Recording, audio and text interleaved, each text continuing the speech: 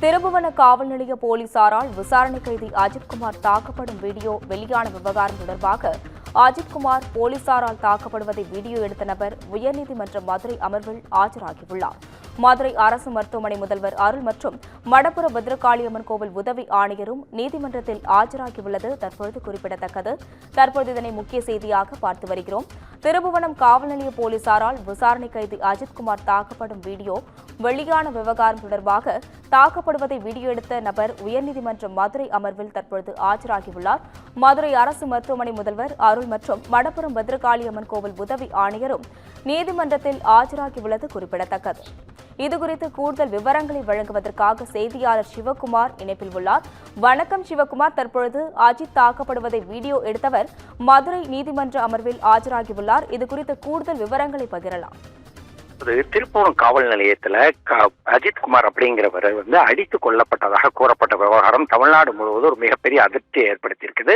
அது நிலையில இந்த வழக்கு தொடர்பு பல்வேறு தகவல்கள் தற்போது வெளியாகிட்டு இருக்குதுங்க. எப்படின்னு பாத்தீங்கன்னா, இந்த வழக்குல கொல்லப்பட்ட அஜித்குமார் விவகாரம் குறித்து வழக்கு விசாரணையை சிபிஐ அல்லது உயர்நீதிமன்ற நீதிபதியோட தலைமையில சிறப்பு விசாரணை குழு அமைக்கணும். அதே மாதிரி 50,000 ரூபாய் இடைக்கால நஷ்டஈடாக அஜித்குமாரோட குடும்பத்துக்கு வழங்கி சம்பந்தப்பட்ட காவலர்கள் மீது இந்திய தண்டனை சட்டம் 103 பிரிவின் கீழ் வழக்கு பதிவு செய்யணும். அதே மாதிரி சம்பந்தப்பட்ட காவலர்களை உடனடியாக பணி நீக்கம் செய்யணும். காவல்துறையின வன்முறை தடுக்கும் வகையில் பொதுவாக வழிமுறையாக காட்டணும் அப்படின்னு சொல்லி ஒரு வழக்கு ஒன்று தொடரப்பட்டது. இந்த வழக்கானது இன்று மதுரை உயர்நீதிமன்ற கிளையில ஆஜராச்சு. அதாவது வழக்கு விசாரணைக்கு வந்தது. அப்போ வழக்கறிஞர் ஹென்றி அப்படிங்கிறவர் ஆஜராக என்ன சொன்னாருன்னா, இரும்பு பைப்பு, அதாவது பிளாஸ்டிக் பைப்பு, இரும்பு ராடுகளை கொண்டு தாக்கிய புகைப்படங்கள் மற்றும் அதற்குரிய காவல்துறையினர் தாக்கின வீடியோ ஆகியவற்றை நீதிபதிகள் கிட்ட காண்பிச்சாங்க. தொடர்ந்து தாக்குதல் நடத்தும் போது சிவகங்கை மாவட்ட காவல்துறை கண்காணிப்பாளர் சம்பந்தப்பட்ட திருப்பூரம் காவல் நிலையத்தில் இருந்ததாகவும், சிவகங்கை மாவட்ட காவல்துறை கண்காணிப்பாளர் அஜித்தோட அம்மாவிட்ட உங்க பையன் இறந்துட்டாரு அப்படின்னு கூறியுள்ளதாகவும், இது முழுக்க சட்டவிரோதமாக நிகழ்ந்த காவல்துறையினர் காவல் மரணம் அப்படின்னு சொன்னாரு. தலைமை காவலர் கர்ணன் அப்படிங்கிறவர் மானாமதுரை சிறப்பு டிஎஸ்பி பிரிவை சேர்ந்தவர். அவர் அங்கிருந்து திருப்பவனை விசாரித்தது விதிமீறலாகவே பார்க்கப்பட வேண்டும். அதே மாதிரி அஜித்குமார் விசாரணையின் போது தப்பிச்சு ஓட முயற்சித்தாருன்னு சொல்லி காவல்துறை கட்டுக்கதை கூறுதுன்னு சொல்லியிருந்தாங்க. மேலும் திமுகவை சேர்ந்த சேங்கை மரன், அதாவது இவரது மனைவிதான் பஞ்சாயத்து தலைவராக இருக்கிறாரு. அதே மாதிரி மகேந்திரங்கிறவர், திருப்பூரம் திமுக செயலாளர் காளீஸ்வரன், மானாமதுரை டிஎஸ்பி ஆகியோர் அஜித் இறந்த பின்பு 50 லட்சம் ரூபாய் தரதா சொல்லி சமாதானம் பேசியுள்ளனர் அப்படின்னு சொல்லி தெரிவித்தாரு. திருப்பூரம் நீதித்துறை நடுவர் விசாரிக்கும் போது அவரை சுற்றி காவல்துறையினர் சூழ்ந்திருந்த சூழ்நிலையில அவங்க பல்வேறு குற்றச்சாட்டுகளை முன் வச்சாங்க. இந்நிலையில உடற்கூறாய்வு தொடங்குவதற்கு முன்பு அஜித்தின் உடலை முழுமையாக பார்க்க தாய் மற்றும் சகோதரர் அனுமதிக்கல. அதே மாதிரி உடற்கூறாய்வு அறிக்கை தற்போது வரை அஜித்தோட தாய்க்கு வழங்கல அப்படின்னு சொல்லி அவங்க கண்டனம் தெரிவிச்சாங்க. அரசு தரப்பு வழக்கறிஞர் என்ன சொன்னாங்கன்னா, அதாவது காவலர்கள் அஜித்தை பைப்பு மூலம் அடித்து விசாரித்தனர். தவறு செய்தவர்கள் நிச்சயம் அரசு மீது நடவடிக்கை, அதாவது தவறு செய்தவர் மீது நிச்சயம் அரசு நடவடிக்கை எடுக்கும். தவறு செய்தவர்களுக்கு ஒருபோது நாங்கள் அரசு ஆதரவா இருக்க மாட்டோம்னு சொல்லி அரசு தரப்புல ஆதரப்பட்டது. வழக்கறிஞர் மாரிஸ்குமார் என்ன சொல்றாருன்னா, அவர் சொல்றது பூரா மாரிஸ்குமாரோட வாதம் அஜித்குமார் கூறுவது எல்லாம் பொய்ன்னு சொல்லி கூறியதால திருப்பூரம் காவல்துறை ஆய்வாளர் மற்றும் கண்காணிப்பாளர் நன்றாக கவனிங்கள் என கூறியதாகவும், இதன் அடிப்படையிலேயே சிறப்பு விசாரணை குழுவோட தலைமை காவலர்கள் எல்லாருமே சேர்ந்து இந்த மாதிரி ஒரு தாக்குதலில் ஈடுபட்டதாகவும், அவர்களை இருவரையுமே வழக்கில் சேர்க்கணும் அப்படின்னு சொல்லி கொடுத்தாங்க. இதனை தொடர்ந்து நீதிபதிகள் கேள்வி எழுப்பினாங்க. என்னன்னு பாத்தீங்கன்னா, நகை காணாமல் போன தொடர்பா என்னைக்கு வழக்கு பதிவு செய்யப்பட்டது? அப்போ அரசு தரப்புல 28/6/2025 பதிவு செய்யப்பட்டதுன்னு சொன்னாங்க. புகார் அளித்தவுடன் ஏன் சிஎஸ்ஆர் பதிவு செய்யப்படலன்னு தெரிவிக்கப்பட்ட நிலையில நகை காணாமல் போன வழக்கு ஏன் எஃப்ஐஆர் பதியலன்னு சொல்லி கேட்டாங்க.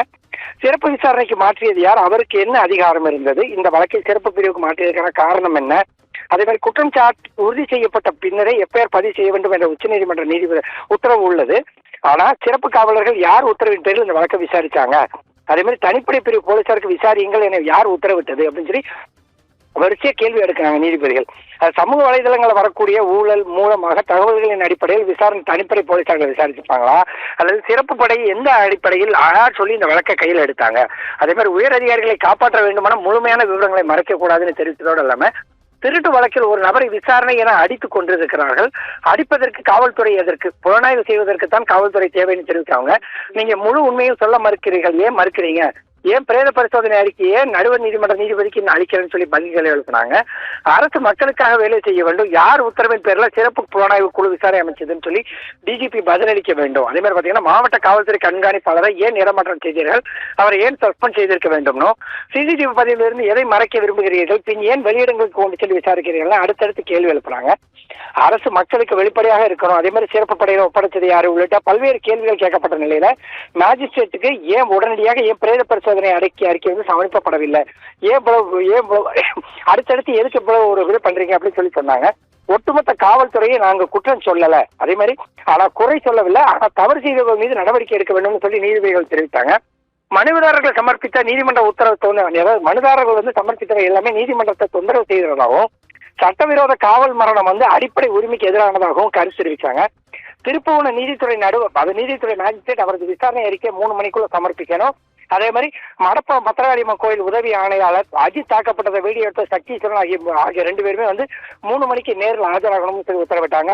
உடற்கூறு அறிக்கையை 3 மணிக்குள்ள நீதிமன்றத்தில் சமர்ப்பிக்க அரசு ராஜாஜி மருத்துவமனை முதல்வருக்கு தற்போது உத்தரவிடப்பட்டு அதன் அடிப்படையில் வழக்கு வந்து ஒத்தி வைக்கப்பட்டிருக்குது. அஸ்வினி, விரிவான தகவலுக்கு நன்றி சிவகுமார்.